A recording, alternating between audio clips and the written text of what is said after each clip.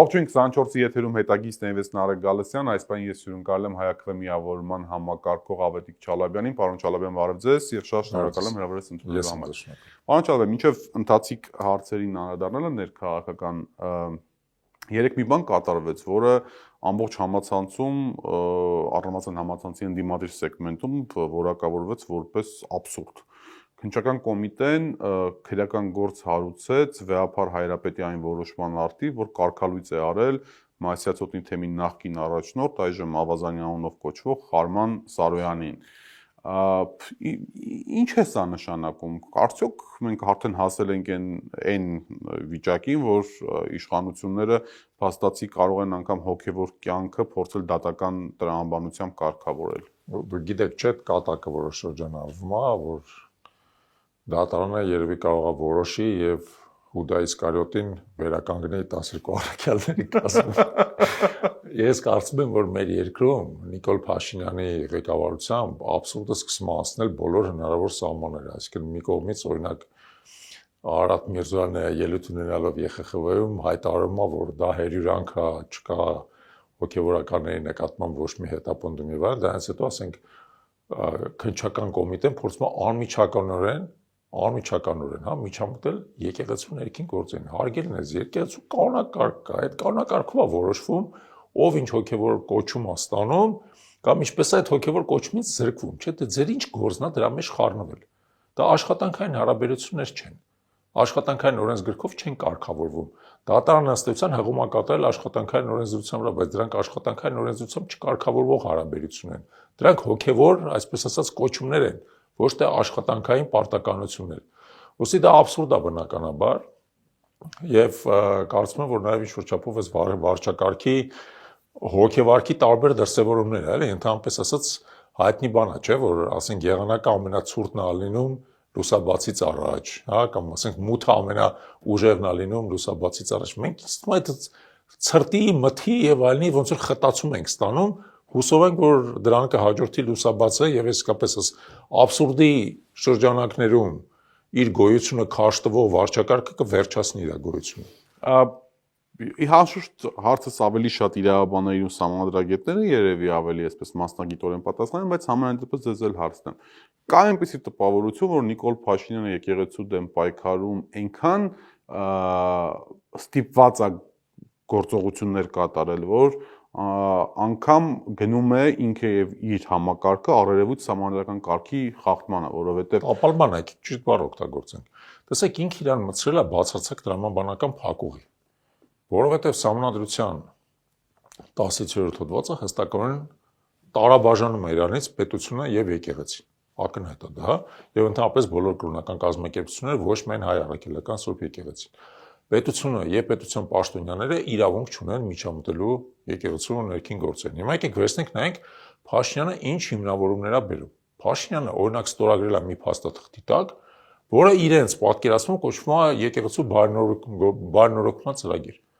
Հարգելիս դու որպես Հայաստանի Հանրապետության վարչապետի պաշտոնը զբաղեցնող անձ, ինչ լիազորություն ունես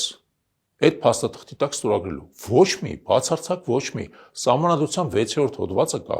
որ նաև հստակ սահմանում է, հա, որ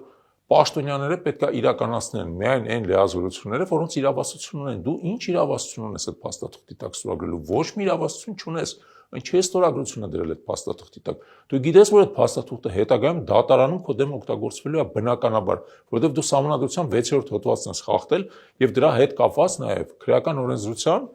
վերազանցման պաշտոնական լիազորություններ վերազանցման հոդվածները առաջնորդի նշանակում ինչ կապ ունի ընդհանուր իրավասության դատարանների հետ։ Բացարձակ դա եկեղեցու ներքին գործն է, որովհետև նույնպես եմ ասում, եկեղեցին չի առաջնորդվում աշխատանքային օրենսդրությամբ։ Կա մեծ հավանականություն, որ շուտով արդեն Վեհափար Հայրապետի դեմ քրեական գործ կառուցեն եւ առնվազն կսահմանափակեն նրա դուրս գալու իրավունքը, երկրի լքելու իրավունքը, որպեսզի փետրվարի 13-16-ին Ավստրիայում սպասվող եպիսկոպոսած ժողովը այս իշխանությունը խանգարի, ասում են տրամաբանությունը մոտարապես այստեղ է։ Հիմա եկեք մի հատ պարզ հարց մեզ տանք, էլի սա ո՞ւմ է ձեռնտու։ Ո՞մ է այս ամեն ինչը ձեռնտու։ Սրա պատվիրատուները նստած են Բաքվում եւ Անկարայում։ Absolut հակառակ հաջորդականությամբ Անկարայում եւ Բաքվում։ Եվ այս անձնավորությունը, որը հիմա էկրանի վրա է, էլի նույնիսկ վատ եմ զգում, որ ասենք իմ հետև ինքն է երևում։ Այս անձնավորությունը ուղիղ Անկարայի եւ Բաքվի պատվերն է կատարում։ Հասկանալով իրականում, որ իրավական դաշտում ինքը ոչ միայն իր բոլոր հնարավորությունները վաղուց սպառել է, այլև իր ամեն գործողությամբ ավելի եւ ավելի է իր վզի շուրջը ձգում այն օղակը, որը վաղ թե ուշ իր դեմ դրվելու է։ Այսինքն դու անընդհատ խախտում ես սահմանադրության, արդեն ասացի 17-րդ հոդվածը, հիմա խախտում ես 6-րդ հոդվածը արդեն, եթե նախկինում քրեական օրենսգրքի միայն 209-րդ հոդվածներ, այսինքն կրոնական կազմակերպության գործունեության մեջ միջամտություններ, հիմա կողքից նոր հոդվածներ ես ավելացնում։ Վաղ թե ուշ այս ամեն ինչը դրվելու է իր դեմ։ Ես դրանով պապաբիլիտիների հաղթողներին չեն դատում, եթե հաղթես ով է ասում, որ ինչ որ մեկը կարող է անընդհատ հաղթել։ Ես մեր նախորդ քննարկման ժամանակ հիշում եք, ձեզ վերեցի Պինոչետի օրինակը, որը 17 թե 18 տարի կառավարեց Չիլին, վերջում հիշում եք իր հետ ինչ եղավ։ Հիշենք Կադաֆին երկար Եգլիկեսը Բոլիվիային չտվեց, էլի։ Հա, էդ էլ իր հերթին, առավել եւս։ Բայց հիշենք Կադաֆին, նաև հիշենք այն մարդկանց, որոնք միշտ իրենց հաղթող են երևակայում ու ասենք այդ համը բերաներն են ընկել բռնապետ աշխատելու, հա։ Հետո մեկ էլ ինչ-որ մի հատ պահի միանգամից սա հատուցումը դեմը տա գալի։ Կադաֆիի վերջի խոսքերը եղել է ինչի համար եք ես իմ հետ անում։ Ինչի համար։ Ես ձեզ ինչ եմ արել։ Դա տարօրինակ հարց է, էլի, ցանկացած բռնապետ պետք է աչքի առաջ ունենա, որ այն ամեն ինչը ինչ որ դու անում ես, կուտակվում է, հետո միանգամից է դեմը դուրս գալի։ Միանգամից այն բան, երբ որ դու իշխանությունը կորցնում ես, միանգամից դեմը է դուրս գալի։ Պարոն Ջարաբյան, իշխանության փոփոխության դեռ կանադառնանք, ես ուզում եմ մի փոքր խոսենք Եվրոպայի խորհրդի խորհրդարանական վեաժողովի բանաձևի մասին, որտեղ նաև մտահոգություն հայտնվեց, որ որոշ հոգևորականներ հանդես են գալիս եւ այլն, այսինքն ակնհայտ է, որ իշխանության նարատիվները եվրոպական խորհրդարանում, ընդհանրապես Եվրամիությունում, եվրոպական խորհրդում, այդ կառույցներում այլևս դոմինանտ է դարձել։ Սա ինչ է նշանակում եւ արդյոք առաջիկա ընտրություններին սա նույնպես սրա շարունակությունը ավելի ռադիկալ հայտարարություններ Հայաստանի ընդդիմության, հօգուտ իշխանությունների մենք չենք ակնկալում Եվրամիությունից։ Տեսեք, նախ ես կարծում եմ Բագրատ Սրբազանը արդեն այդ հարցի պատասխանը տվել է երեք, ասել է ես ձեզ ցանկանում եմ, որ ձեր երկրներում այնպիսի ժողովրդավարություն ունի, ինչպիսին հիմա Հայաստանում, հա, որևէ փաստական ապացույց գոյություն չունի, որ որևէ հոգևորական փորձել է մեր երկրում իրականացնել զինված հեղաշրջում։ Չկա այդպիսի։ Ես դրա մասին չեմ խոսում, դրա քաղաքական դրդապատճառների մասին եմ խոսում։ Քաղաքական դրդապատճառները բացարձակ ակնհայտ են եւ ցավոք Եվրոմիության պաշտոնյաները եւ որոշակի շրջանակներ Եվրոմիությունում արդեն բացահայտ չեն էլ թաքցնում, որ առաջիկա ընտրություններում իրենց նախընտրած քաղաքական ուժը դա Նիկոլ Փաշինյանն է եւ իր քաղաքական պայմանագիրը, քաղաքացիական պայմանագիրը, դրանով ի դեպ բացահայտ միջամտություն են իրականացնում մեր երկրի ներքին գործերում, բացահայտ միջամտություն։ Եվ այն, որ օրինակ ենթադրենք իրենց եվրոպական համայնքի համաժողովը ուզում են Հայաստանում անցկացնել ընտրությունից մեկ ամիս առաջ, դա բացահայտ քարոզարշավի մասնակցություն է ըստ էության, բացահայտ, հա, եւ դրանից ավելի ակնհայտ է ինչ ձևով իրենք կարող են միջամտել մեր ներքին գործերին։ Ակնհայտ միջամտություն է։ Սա ընդդիմության համար լուրջ խնդրեմ չի, նաև նախընտրական ժամանակաշրջանում, որովհետև ակնհայտ է, որ եթե Նիկոլ Փաշինյանը գնաց եւ այս ոչ թե չգնաց, այլ շարունակեց ռեպրեսիվ համակարգի գործադրումը, արտաքին որևիցե ազդակ չի ստանալու այն դադարեցնելու, այն մեղմացնելու կամ դատապարտող։ Տեսեք, նա արտաքին ազդակ մեծ հավանականությամբ չի ստանալու այդ ուժային կենտրոնից, այսինքն Եվրոմիության պաշտոնյաներից կամ նորից եմ ասում այն շրջանակներից, որոնք այդ քաղաքական գիծը տանում են, հա, դա շատ ցավալի է, բայց նորից եմ ձեզ ասում, որ այդ իմաստով քաղաքականությունը եւ նաեւ աշխարհակականությունը որոշակիորեն ճոճանակ է, նաեւ գնում գալիս է եւ պետք է հասկանալ, որ հակազդեցությունն էլ ամենայն հավանականությամբ նախ մեր երկրի ներսից է գալիս, որովհետեւ մարդիկ դա տեսնում են, մարդիկ դա սկսում են հասկանալ, մարդիկ սկսում են մեկնաբանել, մարդիկ սկսում են ի վերջո հարցեր տալ, ինչ է այս ամեն ինչը տեղի ունենում։ Այս Փաշինյանը մեր հաշվին ինչ է զիջում, որ դիմացը այսպիսի աջակցություն է ստանում, որ այդքան օգնում են, հա։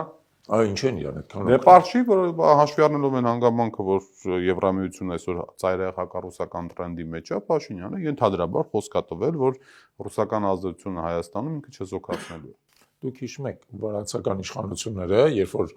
շրջվեցին ինչ-որ իմաստով Եվրամիությունից, Բաց այդ ասեցին, չէ՞, մեզ Եվրոմիությունը փորձում է ներքաշել Ռուսաստանի դեմ պատերազմի մեջ։ Հիմա եկեք պատկերացնենք հետևյալը, հա, մենք կարող ենք Ռուսաստանի շատ հարցերում դժգոհ լինենք, բայց մենք չենք ուզում, չէ՞, Ռուսաստանի դեմ պատերազմել։ Եթե հոգեկան հիվանդ չենք ուզում։ Չենք ուզում բնականաբար, մենք չենք ուզում, որ մեր երկիրը օգտագործվի որպես Ռուսաստանի դեմ վարվող ընդհանուր այդ այսպես ասած հակամարտության մանրադրամ։ Ընդհանրապես մեր երկրի շահը նրանում է, որ բոլոր ուժային կենտրոնների հետ ունենանք լավ հարաբերություններ, ինչ որ իմաստով կամուրջ լինենք նրանց միջև, Հայաստանի միջոցով առևտուր տեղի ունենա մեկից մյուսը եւ ընդհակառակը, ներդրումներ կան եւ ընդեղից եւ ընդեղից եւ այլն, այսինքն դրա տրամաբանությունը կա։ Եվ մենք մշտապես ջատագովում ենք հենց այդ տրամաբանությունը։ Մենք ասում ենք, մեզ պետք չի դառնալ մի ուժային կենտրոնի, մեղմ ասած, խաղաքարը այլ ուժային կենտրոնի դեմ, որովհետև այդ խաղաքարը վաղտյուշ կարան զոհաբերեն, իդեպ ինչպես մեր հետ բարբերաբար տեղի է ունեցել։ Հիմա մենք ասում ենք կներեք խաղաքար դառնալու փոխարեն եկեք ընդհակառակը փորձենք բալանսավորենք ազդեցությունները։ Ոչ մեկին շատ դուրս չտանք, բոլորից որոշակի դիստանցիա պահպանենք, ոչ մեկի, այսպես ասած, խաղի մասը չդառնանք։ Մեր տրամաբանությունը դրանում է, եւ ես կարծում եմ, որ ինչ որ անում է Փաշինյանը, այդ իմ ասած ճոճանակի տրամաբանություն վաղտյուշ իր դեմ է դուրս գալու։ Սա կարճ հաշվարկած միամիտ քաղաքականություն է։ Պարոն Չալաբյան, կարճ հաշվարկած թե ընտրական տրամաբանությանը դեպի հաշվարկած, որովհետև տեսեք, մինչև ընտրություններ, թե Միացյալ Նահանգները, թե Եվրամիությունը, եւ թե Փաշինյանի նոր դաշնակիցներ կամ, չգիտեմ, գործակիցներ Ադրբեջանը եւ Թուրքիան, Փաշինյանին տալու են PR-վելու հսկայական հնարավորություններ։ Ընդհանրապես մի քանի օրից J.D. Vance-ն է Հայաստան գալիս, այսօր գրվեց, որ փետրվարի 9-ն է կարծեմ, թե դեռ պաշտոնապես չի հաստատվել, բայց փետրվարի մասին խոսակցությունը պաշտոնական է։ Մայիսի 4-ին թե 5-ին Եվրոպական քաղաքական համակարգի համաժողովն է։ Ակնհայտորեն Թուրքիան պատրաստվում է Հայաստանից սահմանի ինչ որ տրամաբանության բացմանը կամ երրորդ երկրների համար կամ ուղղակի Ալիջանի անցակետը արդեն ամենավերջացել է։ Շատ մեծ հնարավորություն կա եւ արդեն մենք տեսել ենք Ադրբեջանի կողմից ժեստերը, որոնք PR-վելու հնարավորություն են տալիս Փաշինյանին, բենզինի գնի իջեցում, ցորեն, գերիների վերադարձ, որը շատ լավ է, բայց մենք այնտեղ ունենք այլ եւ բազմաթիվ այլ ռազմագերիներ եւ այլն։ Իսկ բաներ կա, սյուներ կա, որոնց թևերով Փաշինյանը գնալու է ընտրությունների։ Արդյոք այս համաշխարհային քաղաքական կերպարի դիրքավորումը, հա, ընդդիմությանը մարգինալ չի դարձնելու, հավաքական ընդդիմությանը մարգինալ չի դարձնելու առաջիկա ընտրություններում։ Տեսեք, ձեր ասած տրամաբանությունը հասկանալի է եւ հենց այդ տրամաբանության շրջանակներում է գործում Փաշինյանը։ Ավելին ձեզ ասեմ, իր բոլոր այդ գործընկերներին ինքը կարողացել է համոզել, որ նախընտրական շրջանում ինչ որ սիմվոլիկ ժեստեր արեք, որ ես կարող եմ վաճառել մեր բնակչությանը։ Այստեղ հարցը նրանում է, որ այդ սիմվոլիկ ժեստերը մարդիկ են հասկանում, որ իրականում մեծ արժեք չունեն։ Պարզ օրինակ է ձեզ ասեմ, օրինակ հենց բենզինի թեման։ Բենզինի թեման մատուցվեց որպես այ տեսնում եք Ադրբեջանի հետ մենք առևտուր ենք անում եւ այլն, հա։ Մենք այդ հարցի շուրջը շատ կոշտ դիրքորոշում ստանձնեցինք, որ պետք է բոյկոտել այդ ադրբեջանական բենզինը, որը արնոտ բենզին է։ Կներեք, ինչ է նշանակում Ադրբեջանից բենզին առնել, երբ որ Արցախը հայաթափված է, մենք ունենք այնտեղ գերներ, ադրբեջանական զորքը կանգնած է մեր տարածքներում, բազմաթիվ ռազմական հանցագործությունների համար ոչ մեկ Ադրբեջանում չի պատժվել եւ այլն, հա։ Եվ զարմանալի կերպով ասեմ ձեզ, ոչ թե զարմանալի, այլ նույնիսկ մեր համար սպասելի։ Հասարակության զգալի մասը բոյկոտել է ադրբեջանական բենզինը։ Զգալի մասն էլ ուղղակի նույնիսկ այն մարդիկ, որոնք այդ ադրբեջանական բենզինը առնում են, ասում են դե էժանա առնում ենք, բայց որևէ կերպ դա չեն վերագրում որպես ինչ-որ մի հատ ձեռքբերում այս վարչախմբի կողմից, որովհետև հասկանում են, որ ինչ-որ իմաստով դա էժան ընտրակաշարք է։ Էժան ընտրակաշարք է, ավելին ձեզ ասեմ, երբ որ ինչ-որ մեկին ընտրակաշարք են տալի, իսկ Փաշինյանի եւ իր գործընկերների Էրդողանի եւ Ալիևի տրամաբանությունը դա եկեք հայ ժողովրդին ընտրակաշարքներ տանք, դրանով խափենք իրան։ Մարդը նաև հարց է տալ, այս երկիրը ցավոք ընտրակաշարների շատ մեծ պատմություն ունի, հա, հարց է տալ, իսկ այս ընտրակաշարքի դեմը ինչ են ուզում ստանան։ Ձայն, ինչ են ուզում ստանան։ Փաշինյանի իշխանության վերարտադրություն, ինչու համար։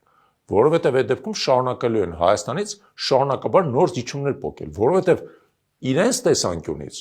եւ Էրդողանի, եւ Ալիևի, եւ նրա աջակիցների սա Հայաստանում հնարավոր ամենաթույլ իշխանությունն է։ Այս թույլ իշխանությունից կարելի է անընդհատ զիջումներ փոկել։ Իսկ ինչու է նա թույլ, որովհետև հասարակությունը կիսված է իրոք։ Կիսված է, դա ակնհայտ է։ Հիմա վերջի սոցիոլոգիական հարցումները, որը արդյունքները մենք գիտենք նախնական, պարադոքսալ ձեզ բան ասեմ, այս բոլոր այս մանր մունր ընտրակաշարքները որևէ կերպ Փաշինյանի վարկանիշի վրա չեն անդրադարձել։ Ինչպես եղել է հոկտեմբերին մոտավորապես նույնն էլ հիմա է, բայց ընդդիմադիր տարբեր թևերի վարկանիշը աճում է։ Այդ պայմաններում։ Հիմա ձեզ հարց տամ, բայց ինչպես է դա տեղի ունենում։ Շատ բարձ պատասխան ունեմ, որովհետև մարդիկ իրականում այս ամեն ինչը տեսնում են որպես շատ թափանցիկ պրիմիտիվ ընտրակաշարքային տրամաբանություն։ Եվ Փաշինյանի այս ամբողջ գործիքակազմը ստեցեն չի աշխատում։ Բայց երբ որ ասում եք ընդդիմության վարկանիշը բարձրանում է, դա արդյոք այնքան կրիտիկական է, որ այսպես կոչված Գյումրի 2-ի տեսական հնարավորությունը բացվի։ Գործնական հնարավորություն կա։ Ես ձեզ ասեմ, գործնական հնարավորություն կա դրա եւ մենք շատ պրագմատիկ ենք դրան մոտենում, կարծում եմ, որ մենք էլ ընտրական դաշինքներից, որ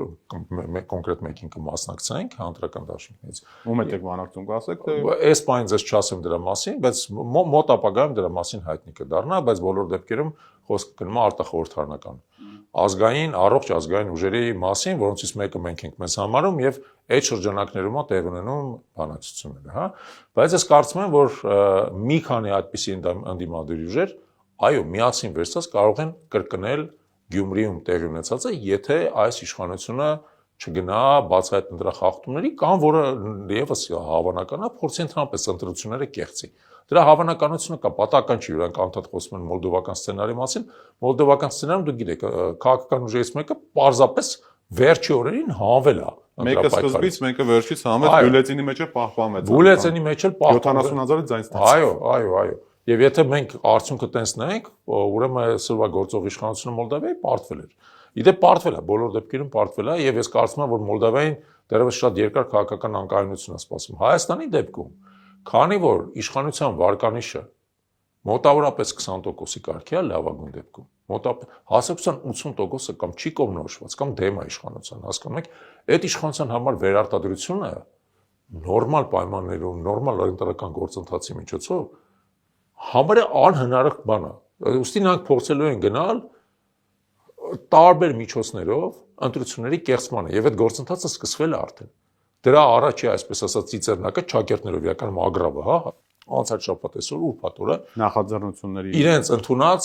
իրենց ընդունած օրենսդրական փոփոխություններին ընտրական օրենսգիր սահմանադրական օրենքում, որում իրանք պարզապես հրեշավոր սահմանափակումներ մտցրեցին դիտորդական առաքելությունների համար, որպեսզի ըստեյության դիտորդ չլինի եւ իրանք հնարավորություն ունեն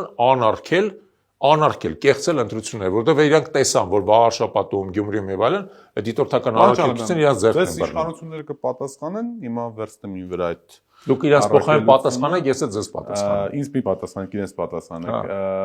Կասեմ, որ Նիկոլ Փաշինյանի օրոք եղել են երկու համապետական եւ բազմաթիվ թիմ ընտրություններ, որտեղ շատ դեպքերում ընդդիմադիրները հաղթել են, այսինքն թիմերի պարագայում եւ ոչ մի քվե չի կեղծվել, որտեղից այս համոզմունքը որ կարող է կեղծվել։ Ուրեմն իմ համոզմունքը հետեւյալ տեղից նախ թիմ ընտրություններում համարյա բոլորը, որոնք ընդդիմադիրները հաղթվել են, այդ ընդդիմադիրները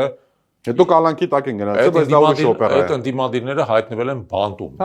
դա Փաշինյանի ժողովրդավարությունն է։ Փաշինյանի ժողովրդավարությունը չի կարող պարտություն ընդունի, որտեղ նա պարտվել է, նա փորձել է այլ միջոցներով մեղմ ասած վերականգնել իր իշխանությունը, դա մեկ։ Էլ չեմ ասում, որ որոշ ընդդիմադիրներ նույնիսկ մեղմ ասած կյանքից են զրկվել, հա։ Երկրորդը, ես շատ կոնկրետ օրինակ ունեմ աչքերիս առաջ, որտեղ ես ինքս եղել եմ դիտորդ Վաղարշապատի ընտրություններում։ Վաղարշապատի ընտրություններում բազմաթիվ են եղել խախտումները եւ առաջին հերթին իշխող ուժի կողմից։ Եվ այդ խախտումները մեր կողմից արձանագրված են, տեսագրված են, զեկույցը կամ մեր կայքի վրա ներկայացված է կենտրոնական ընտրական հանձնաժողովին։ Իմ աշկով եմ տեսել մարդիկ ինչ մեթոդներով են գործում։ Այդ մեթոդները կներեք ոչ մի բանով չեն տարբերվում 20 տարի առաջ ձայն բերելու մեթոդներից։ Ոչ մի բանով այն ամեն ինչը ինչի դեմ այս իշխանությունը պայքարելով է, այս վարչախումբը պայքարելով եկել է իշխանության, հիմա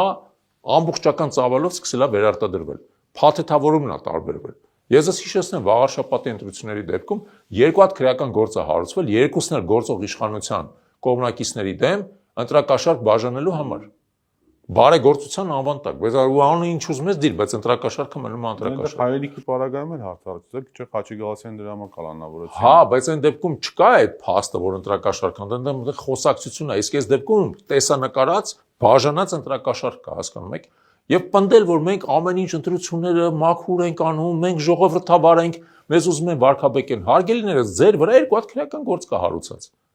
Ձեր վրա ձեր իշխանության օրոք, որտեղ այնքան ակնհայտ, ակնառու են փաստերը, որ հնարավոր չէր այդ փաստերից խուսափել։ Հա պարզա դուք այդ գործերը կկարճեիք, պարզա ոչ մեկ չի պատասխանատվության չի ենթարկվի ձեր ժամանակ, այդ հասկանալի է, բայց գործերը հարուցվել են, փաստերը կան։ Դա համար պնդել, որ իրանք նորմալ ընտրություններ են անելու, այդ ինչ որ դուք ասում եք, հա, դա ուղղակի կեղծիք է։ Մենք տեսել ենք վարշապատում իրանք ընտրությունները ինչպես են անում։ Տեսել ենք իրանք վստահված անձիկ ոնց են մարդկանց ուղղորդում։ Տեսել ենք ոնց են մարդկանց ձեռը բռնած տանում, որ իրանք քվեարկեն իրանք օգտին եւ այլն։ Մեր աշկի առաջ չէ տեղ ունեցել։ Պարոն Չալաբյան, բայց ընտրությունների փոփոխությունը միայն ընտրական օրով չի, այսինքն երբ որ հանգիստ սովորական հերթական վիճակ է, չգիտեմ, լրագրողները գալիս են, դες ասում են դուք ինչի համար քվեարկեցիք, դուք էլ ասում եք ավելի լավ Հայաստանի կամ չգիտեմ եւ այլն եւ այլն։ Նիկոլ Փաշինյանի պես Նիկոլ Փաշինյանի ունեցած իշխանության պես իշխանությանը հաղթելու համար կարծես թե ընտրական process-ը պետք է լինի սկսված փոփոխությունների, հանրային տրամադրությունների վերջակետը։ Այդ օրը պետք է դառնա այդ վերջակետը։ Այսօր ինչի մասին նավի առանձնասենյակում էլ ենք խոսում, այսօր կարծես թե այդ փոփոխությունների հոտը, այդ շարժում ստեղծելու կամ շարժումներ ստեղծելու հոտը դեռևս չի զգացվում։ Շուտ է որ զգացվի, թե դեռևս ընդդիմությունը չի կողմնորոշում, թե ինչ տրամաբանությամբ դա պիտի անի։ Այդքան համաձայն չեմ ձեր հետ, որ չի զգացվում, ընդհակառակը ես կարծում եմ, որ այս ընտրաշավը նույնիսկ ավելի շուտ է սկսել, քան թե մնացած բոլոր ընտրաշավները, որովհետև քարոզչական ակտիվությունը համենայն դեպս շատ բարձր է, իրականում շատ բարձր է։ Այլ հարց է, որ տեսեք, օրինակ 3 ելույթներում երկրորդ նախագահը, հա, խոսեց նրա մասին, որ իրենք խոսում էր իրենց դաշինքային տրամաբանության մասին, ենթադրենք, հա, խոսում էր ցուցակում տեղերի բաշխման մասին եւ այլն, այսինքն հələ որոշումներ չունեն ամեն հավանականությամբ։ Նույն տրամաբանությամբ այն ինչ որ մենք ենք հիմա քննարկում են բանակցությունները, դեռևս չեն բերել վերջնական որոշումների։ Դրա համար այդ հարցերը մի քիչ գուցե ուշանում են, բայց դա չի նշանակում, որ այդ ամեն ինչը տեղի չունենալու, ակնհայտորեն տեղի ունենալու, եւ այս իշխանությունը իդեպ բազմաթիվ առիթներ է տվել նրա համար, որպեսզի հանրային դժգոհությունը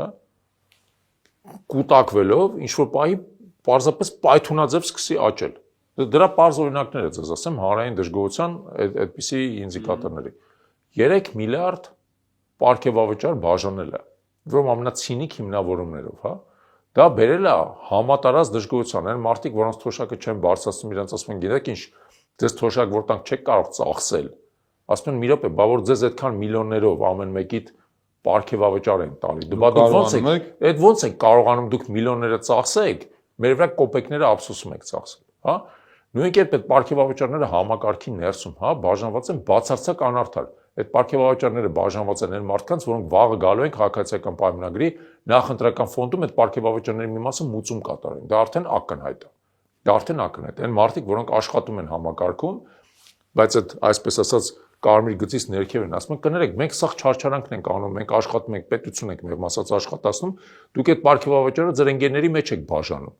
Այդ ուր է այդտեղ արդարությունը։ Ինչի պետք է ենթադրենք փոխնախարարը պարգևավճար ստանա, իսկ վարչության պետը կամ բաժնի պետը պարգևավճար չստանա։ Բայց ասում են բոլորն են ստացել։ Բոլորը չեն ստացել։ Չէ, բացարձակ բոլորը չեն ստացել։ Իրականում պարգևավճարների ճնշող մեծամասնությունը բաշխված է կուսակցական սկզբունքով։ Կուսակցական եւ սպարս պատճառով եմ ասում, որովհետեւ ակնկալիք են, որ այդ փողը պետք է հետ վերադառնա իրենց կուսակցական դրամարկղի մեջ։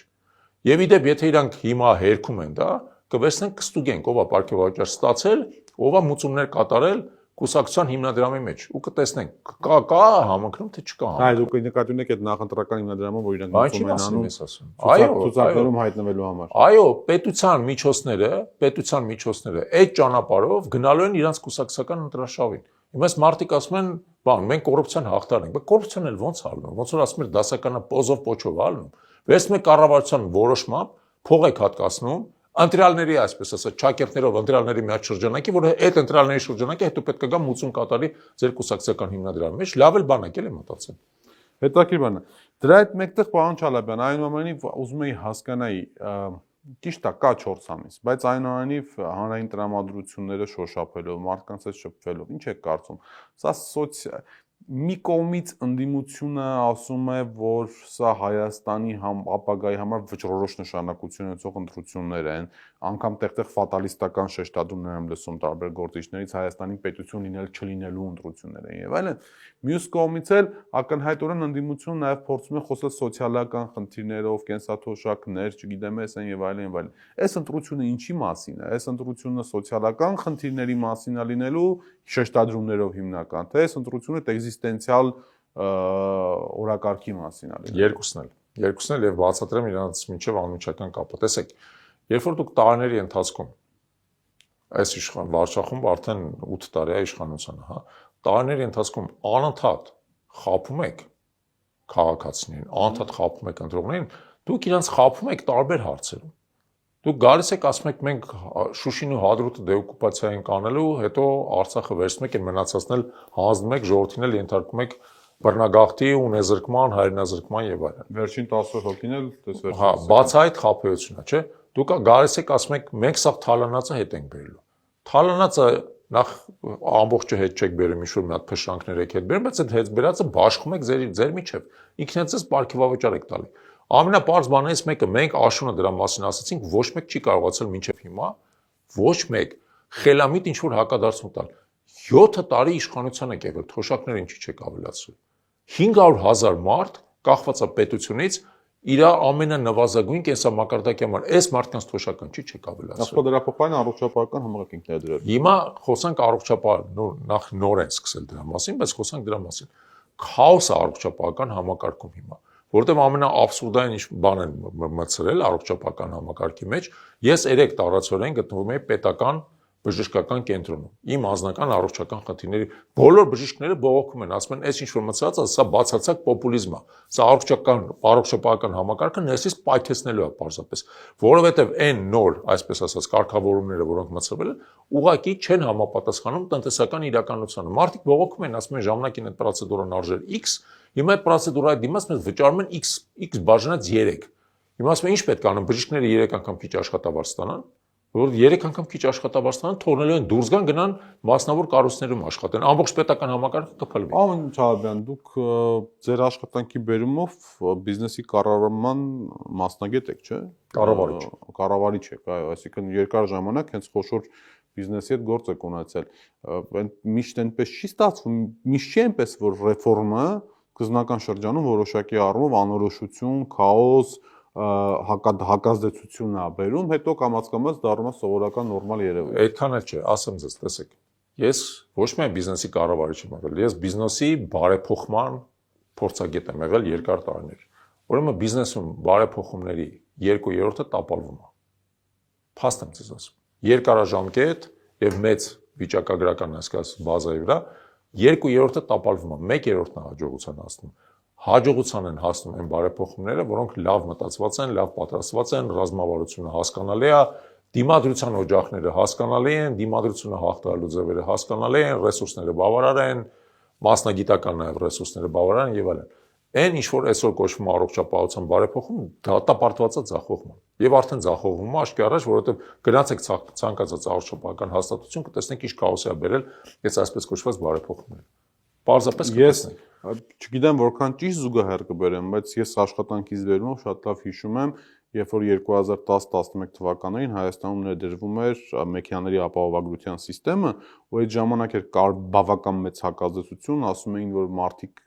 քաղաքական գործիչները հայտարարում էին, որ սա հավելյալ հարկատեսակ է մարդկանց վրա եւ այլն, բայց ինչ որ շրջան հետո մեր կենցաղում մենք